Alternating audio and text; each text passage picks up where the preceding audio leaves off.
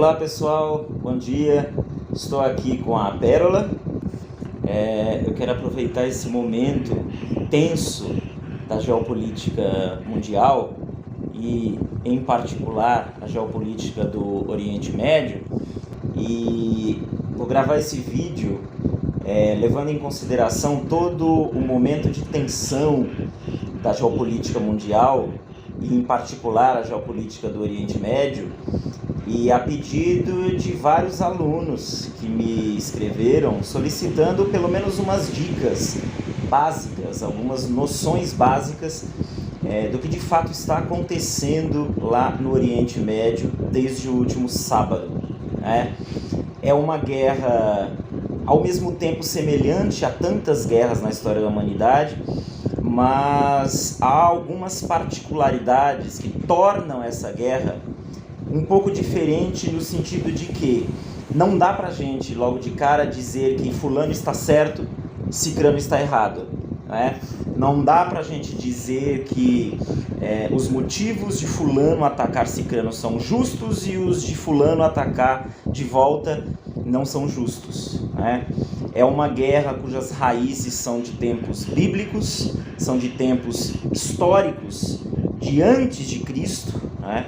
Então não dá pra gente falar usando o maniqueísmo que naturalmente as pessoas, quando não tem muita experiência em história, costumam dizer, né? Fulano é herói, cicrano é o vilão, fulano tá certo, cicrano tá errado. E neste caso a coisa é muito mais profunda, né? Como muitos dizem, o buraco é muito mais embaixo. Vocês precisam, em primeiro lugar, levar em conta de que a região da Palestina, onde hoje está Israel, ela fazia parte do chamado Crescente Fértil. Eu não sei se vocês já viram isso em livros didáticos, um mapa onde forma uma meia-lua, né? Ligando algumas regiões do Egito, por conta do rio Nilo, algumas regiões ali do rio Tigre e do rio Eufrates, onde formavam os reinos da Mesopotâmia, e a Palestina, né, onde estamos ali com o Mar da Galileia e o Rio Jordão. Toda essa região é considerada berço da civilização. Os primeiros povos, os primeiros reinos, as primeiras cidades do mundo surgiram aí nessa região, né? E nas margens de todos esses rios que eu acabei de citar. É uma região que também tem muito deserto, né? E nessa primeira fase da história da humanidade, você provava para o mundo que você era rico, né, que o seu povo era poderoso pela quantidade de terras férteis que você tem sob o seu poder, né? Então acaba que a Palestina, desde essas épocas antigas, das primeiras civilizações, já era alvo de disputas, já era alvo de guerra, especialmente para dominar territórios, para dominar e escravizar povos que viviam nesses territórios, né? E Israel não deixou de ser diferente. Israel sofreu invasões dos assírios, sofreram invasões dos babilônicos. Alexandre o Grande, né, da Macedônia, foi um dos muitos invasores ali. A Pérsia também invadiu a região da Palestina. Os hebreus foram escravizados no Egito também durante muito tempo.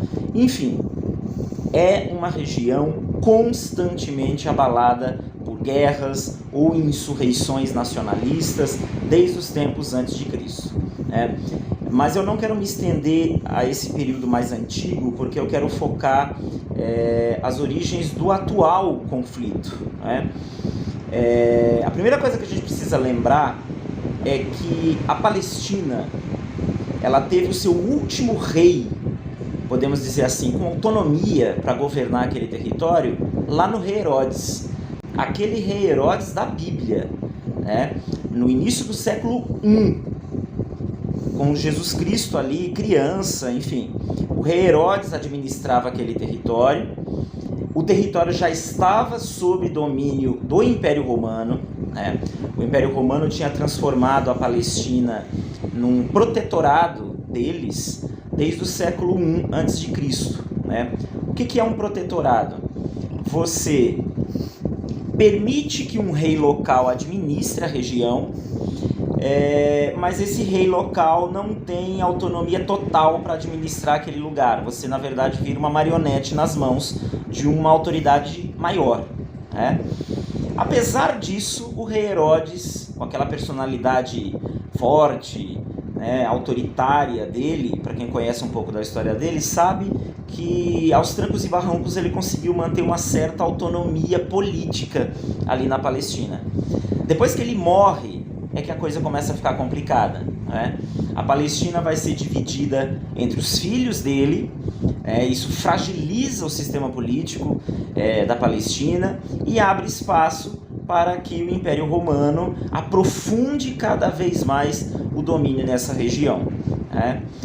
Grupos nacionalistas hebreus começam a se formar, né? Não sei se vocês já ouviram falar dos sicários, não sei se vocês já viram falar dos zelotas. Eram pequenos grupos, né, que começaram a se armar para tentar repelir a invasão do Império Romano, o domínio do Império Romano, né?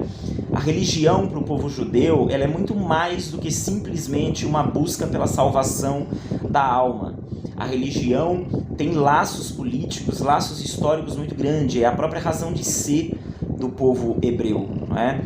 Como os romanos eram politeístas, né, os hebreus transformaram a religião quase que num instrumento de luta nacionalista, né? Fazia parte da identidade hebraica ser monoteísta. Não era apenas você acreditar num único Deus, era uma resposta ao politeísmo do Império Romano.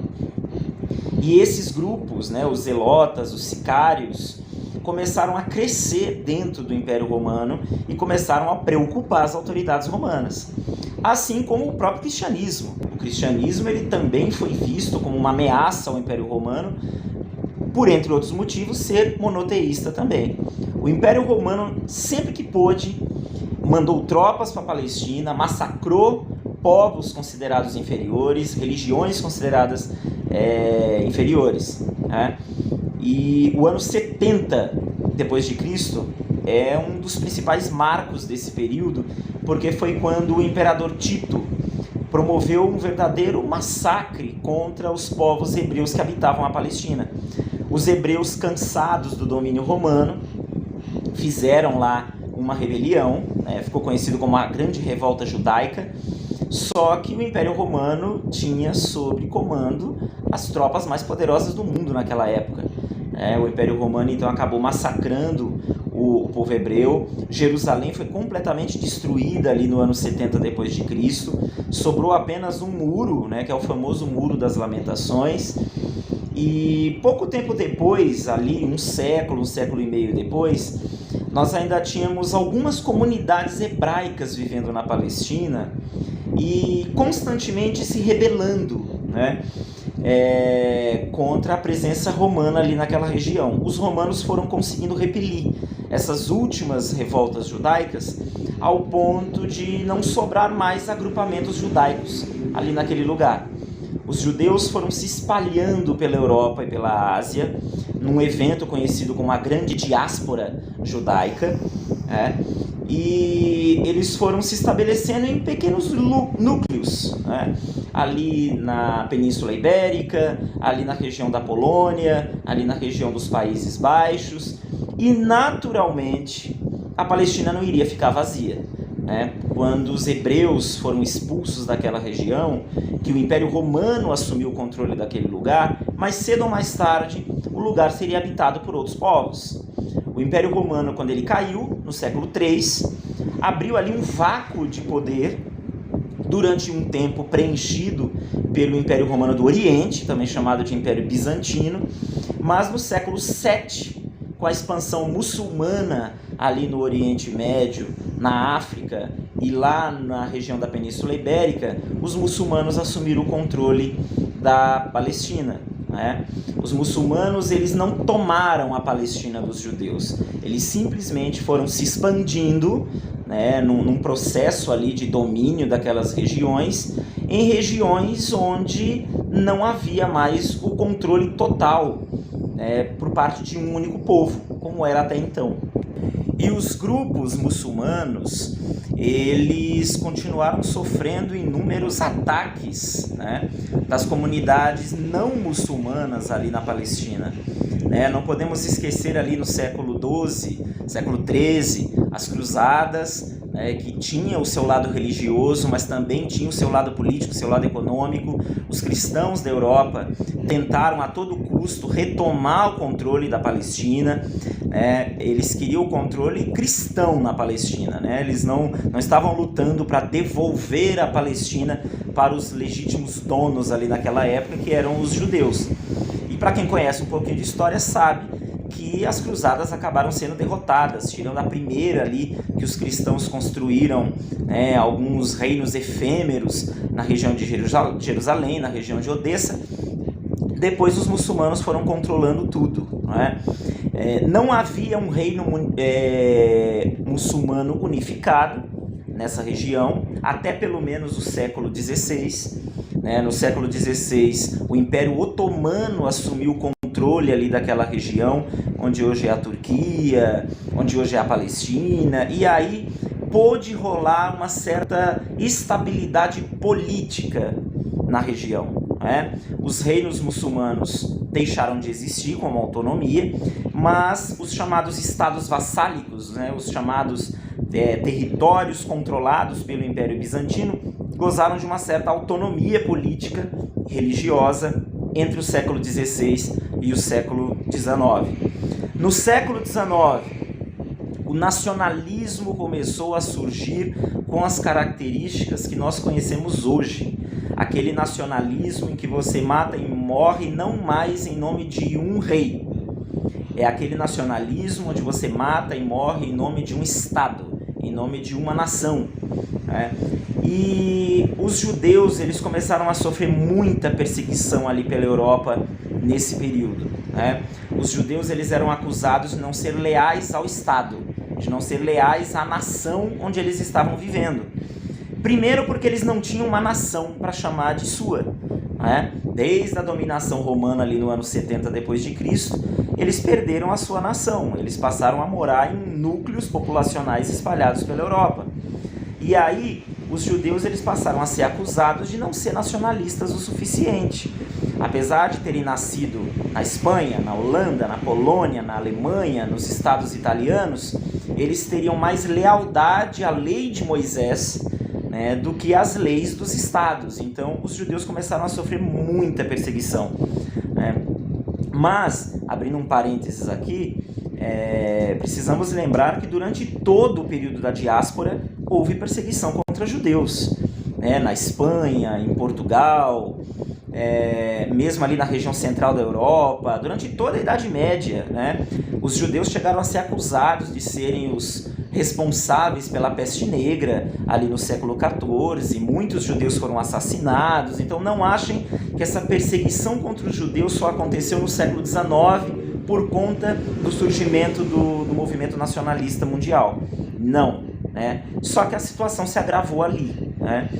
E por conta disso, no meio de toda essa perseguição que era chamada de pogroms ali no século XIX, o movimento sionista, o desejo de reconstruir uma nação para o povo judeu, começou a ganhar força.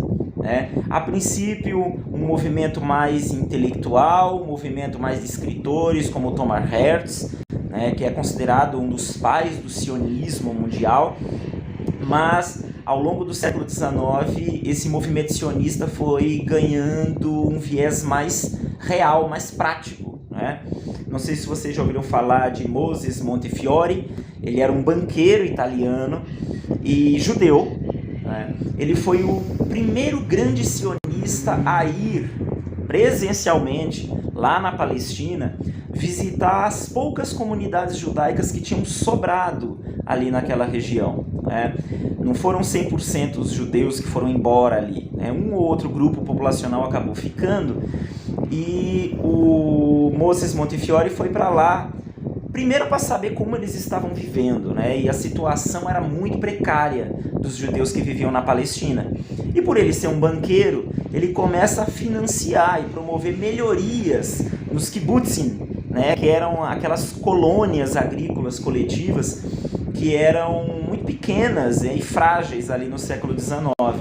Com o passar do tempo, as melhorias que o Montefiore fez acabou estimulando com que outros grupos de judeus fossem para a Palestina, né? Lentamente, né, no século XIX, comecinho do século XX, o movimento sionista foi se consolidando, né, foi ganhando adeptos, inclusive entre não-judeus, né? Mas a Primeira Guerra Mundial vai dar uma pausa, né, na expansão desse movimento, porque aí o foco foi combater, né, ou a Tríplice Aliança ou a Tríplice Entente. Na Primeira Guerra Mundial, nós tínhamos a Tríplice Aliança, a Tríplice Entente, e o Império Otomano estava lutando ao lado da Alemanha, né, e da Itália, que depois vai virar a casaca, enfim, mas na chamada Tríplice Aliança. A Inglaterra aproveita esse momento para insuflar o nacionalismo árabe dentro do Império Otomano, né? Não sei se vocês já ouviram falar do Lawrence da Arábia, que ganhou até um filme, né, vencedor do Oscar ali no início da década de 60, mas os vários grupos, as várias colônias, os vários povos, tribos árabes que viviam sob o controle do Império Otomano começaram a se rebelar contra o domínio otomano, né? E por influência da Inglaterra. Claro que tinha a dose de nacionalismo, né? Senão vai ficar a impressão de que os otomanos fizeram isso apenas porque a Inglaterra mandou, e não foi, né? Mais cedo ou mais tarde ia explodir uma grande rebelião árabe ali, ou unificada ou não, enfim.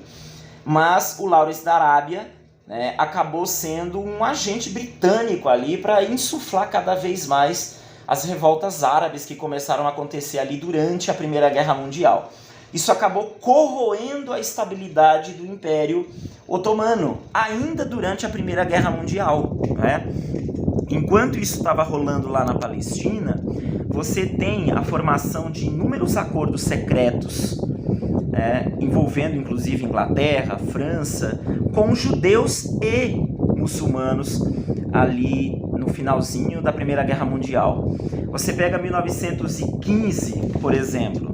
1915, na metade da guerra, o Henry McMahon, ele escreveu algumas cartas, né? Ele era da Inglaterra, ele escreveu algumas cartas ali para o Hussein Ali, que era um dos líderes árabes na Primeira Guerra Mundial, e prometeu, na verdade em nome da Inglaterra, né? Esse cara prometeu para os muçulmanos, ajudar os muçulmanos a derrotar o Império Otomano, né? Há uma promessa aí da Inglaterra ajudar então os grupos muçulmanos a expulsar o Império Otomano da Palestina. Só que 2 anos depois, em 1917, o ministro das Relações Estrangeiras da Inglaterra, né, o Balfour, ele faz uma promessa semelhante, dessa vez para os judeus, que fica conhecido como a Declaração Balfour, né? Então, em 1915, a Inglaterra, de forma ali não tão clara, né, mas para bom entendedor meia palavra basta, a Inglaterra fez uma promessa para os muçulmanos ajudá-los a derrotar o Império Otomano. E 2 anos depois, em 1917, a promessa, agora de uma forma mais oficial, porque foi um ministro do governo britânico, né, que avisou que iria ajudar os judeus a reconstruírem uma pátria ali na Palestina. Então, entenderam o barril de pólvora que começa a se formar, né? Você tem promessas da Inglaterra para os judeus, promessas da Inglaterra para os muçulmanos de dominar a mesma região, a Palestina, né? E lembrando que entre uma promessa e outra, né, no ano de 1916, foi feito um acordo secreto, o Acordo Sykes-Picot, entre Inglaterra e França, para dividir a região do Oriente Médio entre a França e a Inglaterra. E foi o que aconteceu. Em 1918, quando a Primeira Guerra Mundial acabou, a Palestina foi dividida e a região onde hoje é Israel ficou sob controle britânico. Então, basicamente, entre 1917 e 1948, a região da Palestina ficou sob controle dos britânicos, né? Ficou conhecido como o Mandato Britânico da Palestina. Só que o estrago já tinha sido feito, né? Você tem tribos, comunidades árabes empoderadas ali, porque foram eles que na prática derrubaram o Império Otomano, mas você tem também uma imensa quantidade de judeus que começa a se mudar para a Palestina, justamente por estarem assegurados pela Inglaterra, né, de que nada de mal aconteceria a eles e haveria ainda um incentivo econômico, né, para criar colônias agrícolas, os chamados kibbutzim, lá na região da Palestina. Né? O que acabou acontecendo? Os muçulmanos começaram a perceber a gravidade da situação. Né? Os judeus lentamente foram crescendo em número. Né? E havia aquela ameaça, né, na cabeça dos muçulmanos de que eles poderiam estar sofrendo um outro tipo de dominação. Eles acabaram de se livrar, né, do reino otomano e de repente os judeus começam a ocupar ali aquela região. Então grupos nacionalistas, alguns radicais, alguns adotando táticas terroristas, começam a surgir ali nas comunidades árabes. E Israel, que na época não existia, mas o povo judeu começa também a formar as suas milícias. Né? Então você tem grupos árabes e grupos judeus se rebelando uns contra os outros com o objetivo de impedir que o adversário ocupasse todas aquelas terras. Né? A Haganá, que foi a milícia mais famosa que o povo hebreu formou nessa época, é considerada até hoje a semente do exército de Israel. Né? E a Haganá, quando surgiu, foi para combater as milícias árabes que se rebelaram principalmente entre 1936 e 1939. Né? Pouca gente se lembra dessa grande revolta árabe, porque é de um período em que a Palestina ainda não estava independente. Né? As pessoas acham que a primeira grande guerra entre judeus e muçulmanos se deu ali na Guerra de Independência de Israel. E não. A primeira grande batalha, a primeira grande guerra entre judeus e muçulmanos se deu nessa revolta árabe de 1936 e 1939.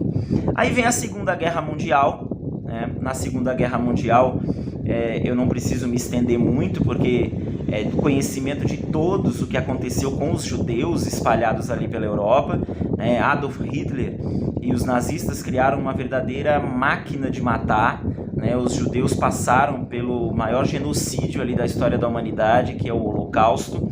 E enquanto os judeus estavam passando por isso, os muçulmanos ali na Palestina, eles também estavam enfrentando a luta deles, a luta para construir os estados nacionais. Né? Esses países começaram a surgir, a luta contra o colonialismo europeu, enfim. Então, há duas lutas acontecendo ali quase que no mesmo tempo. Os judeus pela sobrevivência, né, por conta do domínio nazista, e os árabes contra o domínio europeu ali da região da Palestina. Então, quando a Segunda Guerra Mundial acaba, nós temos duas coisas prontas para explodir. Você tem os estados palestinos, os estados árabes, que se formaram, e eles querem assegurar a independência deles, né? Eles têm medo de uma reversão da luta ali de independência, e ao mesmo tempo você tem um clamor mundial, né, endossado pela ONU, recém-criada, para construir o Estado moderno de Israel, para evitar novos holocaustos, né, que tinha acabado de acontecer.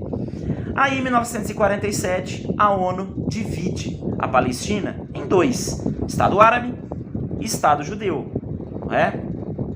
Os judeus concordam com essa divisão, mas os árabes, os palestinos, eles sentem que ali naquele momento os maiores medos que eles tinham desde o século XIX estavam sendo consolidados. Né?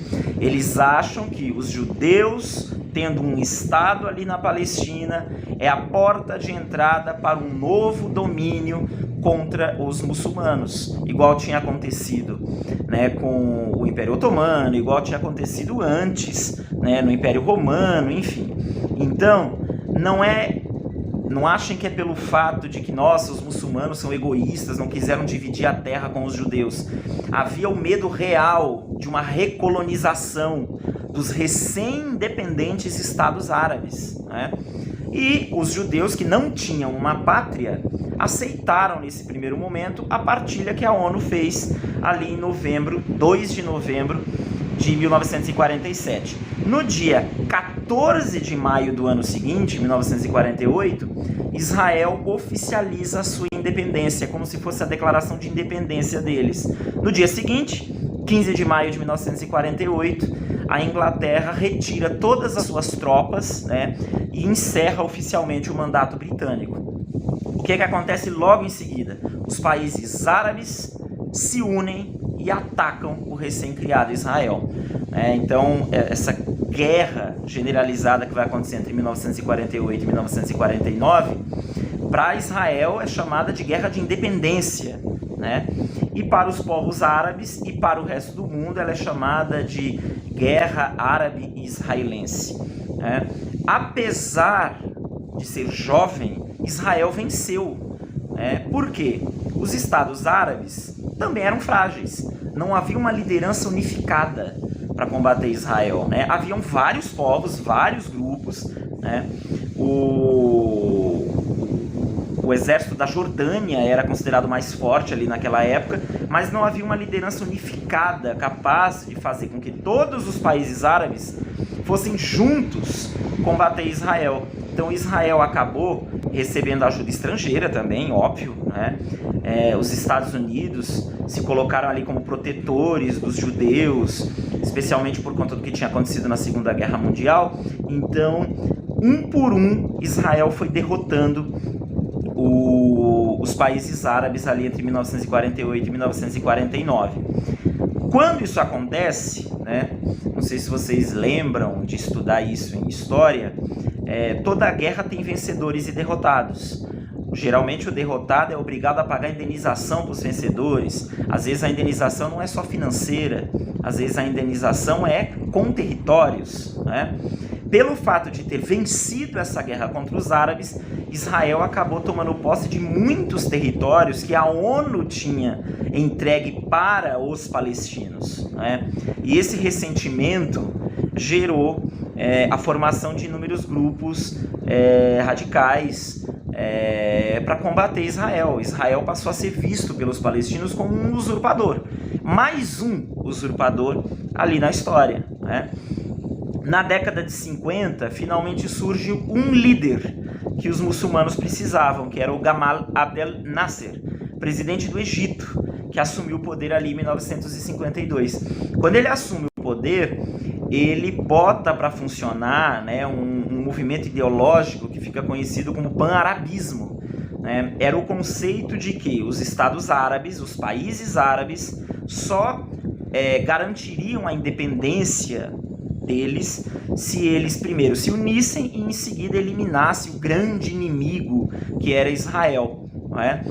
E o momento mais tenso ali da década de 50 foi quando o Gamal Abdel Nasser nacionalizou o canal de Suez, que até então, e ainda é, né, a grande rota de passagem ali entre navios que vão da Europa para a Ásia, da Ásia para a Europa, né, que fazem a interligação do mar Mediterrâneo com o Oceano Índico, e a nacionalização do canal de Suez imediatamente provoca uma reação militar de Israel, que usava, né, o canal de Suez para escoar sua produção, e dos Estados Unidos e Inglaterra, né? Então esse segundo conflito ele é mais curto, né, tanto que alguns historiadores nem chamam ali de guerra de Suez, alguns chamam só de crise de Suez, mas já era um sintoma de que Israel nem tão cedo iria conseguir um mínimo de acordos de paz ali, tá? Na década de 60, surge a Organização para a Libertação da Palestina, a OLP, né, que por muito tempo foi chamada de grupo terrorista por uns, de rebeldes por outros, enfim. A OLP, quando surge, é dentro daquele conceito de que pacificamente não teria como derrotar Israel. Israel estava emergindo ali no meio da Guerra Fria como um aliado de peso dos Estados Unidos e da Europa Ocidental. Então, muito provavelmente, Israel receberia toda a ajuda militar possível, né, no caso de conflitos. Então, percebeu-se ali na comunidade árabe que ou destrói Israel ou quem vai ser destruído é o grupo de estados árabes, né? Israel sente essa pressão, Israel sente o perigo, e aí em 1967 Israel resolve atacar primeiro, né, a chamada Guerra Preventiva, em junho de 1967, ficando conhecido como a Guerra dos 6 Dias. Essa guerra é muito decisiva para ambos os lados, porque Israel consegue tomar inúmeros territórios que estão com eles até hoje, né? As colinas de Golã, que eram da Síria, agora estão sob o controle de Israel. A península do Sinai, que era do Egito, e passaram para controle de Israel. E isso inclui a faixa de Gaza, né? Então, todos esses territórios que antes tinham uma certa independência, mesmo que estivessem sob controle de países árabes, passam ao controle de Israel, mesmo que por um curto período de tempo. Israel vai abrir mão, né, de alguns territórios durante a assinatura dos acordos de paz que foram sendo feitos no final do século XX. E aí, após a Guerra dos 6 Dias, os países árabes resolvem se vingar. Em 1973, no dia do perdão, um feriado religioso do Yom Kippur, em Israel. Em 1973, Egito e Síria fazem também um ataque surpresa, mas Israel, nesse momento, já tinha se consolidado como uma grande potência militar, apoiada pelos Estados Unidos. Israel acabou vencendo mais uma vez. Então, após a Guerra dos 6 Dias, e depois da Guerra do Yom Kippur, começa esse desejo de construir pelo menos um acordo de paz que fosse minimamente favorável para ambos os países, né? O primeiro acordo de paz saiu em 1979, quando o presidente dos Estados Unidos, o Jimmy Carter, né, conseguiu fazer com que o presidente do Egito, o Anwar Sadat, e o primeiro-ministro de Israel, Menachem Begin, dessem as mãos, né, e assinasse ali um acordo de paz que, apesar das fragilidades, né, continua valendo. Israel, então, devolveu a península do Sinai para o Egito reconheceu o direito de Israel à existência, enfim. Lembrando que o presidente do Egito, Anwar Sadat, pagou com a vida, né, a assinatura desse acordo de paz. Ele foi assassinado em 1981. Enquanto estava rolando esses acordos de paz entre Egito e Israel, o Líbano entrou em guerra civil, né? Por questões étnicas, por questões religiosas, por questões internas ali, o Egito mergulhou numa guerra civil. Nesse conceito, nesse contexto de guerra civil, surgiu o grupo terrorista do Hezbollah. Ele é, na verdade, um grupo político com uma base militar, terrorista, né?